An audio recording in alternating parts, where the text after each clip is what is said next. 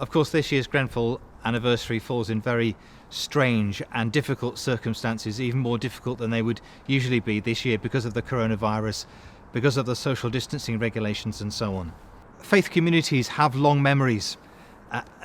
This means that we don't forget the important things of the past, but we don't discard them, and we continue to be able to learn from them and to draw strength from them.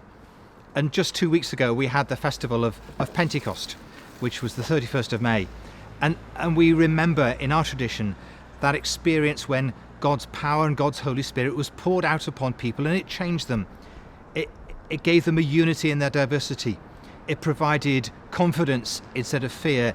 It gave reassurance instead of doubt.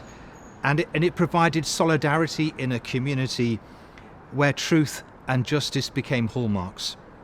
And from that we can learn, even in this very strange and difficult time now, as we commemorate the Grenfell Tower anniversary, we can learn from that God can still interrupt our lives and give us strength, that God can draw close to us and give us power for all that we need, and that God's Spirit can still bind us together to be an even stronger and even better community than we already are. In this time of social distancing, we still want, of course, ideally to be able to gather. We would like to be able to do that, to hallow the memories of the 72 who perished on that terrible night. We want to be able to show our support for the Grenfell community and all those who continue to be so badly affected by what happened, by those events 3 years ago.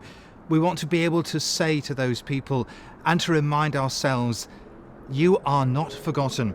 What happened 3 years ago will not be forgotten, and every single life matters. Many years ago there was a saint of the Christian church called Saint Augustine, and he wrote a prayer that said that our hearts are restless until they find our hearts in thee, in God.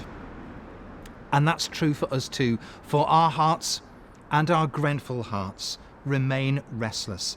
They remain restless until our community experiences that unity that has truth and justice and peace, and we all inhabit that experience together and know that things will be different. We can have change. We can learn from what's happened. This will never happen again.